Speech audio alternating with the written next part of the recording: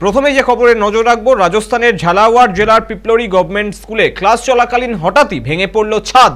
মর্মান্তিক এই দুর্ঘটনায় প্রাণ হারিয়েছে 5-এরও বেশি পড়ুয়া, গুরুতর আহত অন্তত 15 জনের অধিক এবং অনেকের অবস্থা আশঙ্কাজনক। শুক্রবার সকাল প্রায় 8:30 নাগাদ ঘটে এই ঘটনা।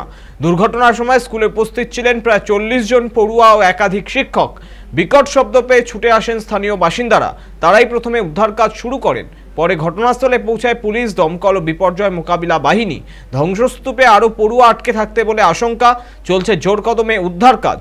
ইতিমধ্যে আহতদের পাঠানো হয়েছে মনোহর থানা ও ঝালাওয়াড় জেলা হাসপাতালে। স্থানীয়দের অভিযোগ, বহুদিন ধরে এই স্কুল ভবনটি জরাজীর্ণ অবস্থায় ছিল। একাধিকবার প্রশাসনকে জানানো হলেও কোনো ব্যবস্থা নেওয়া হয়নি। এই ঘটনায় ভেঙে পড়েছেন অভিভাবকেরা এবং তাদের সন্তানদের খোঁজে চলছে তীব্র তল্লাশি। এই ঘটনার জেরে আতঙ্ক ছড়িয়েছে গোটা এলাকায়।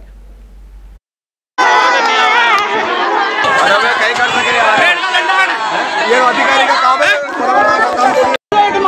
लिख देना चाहिए ना।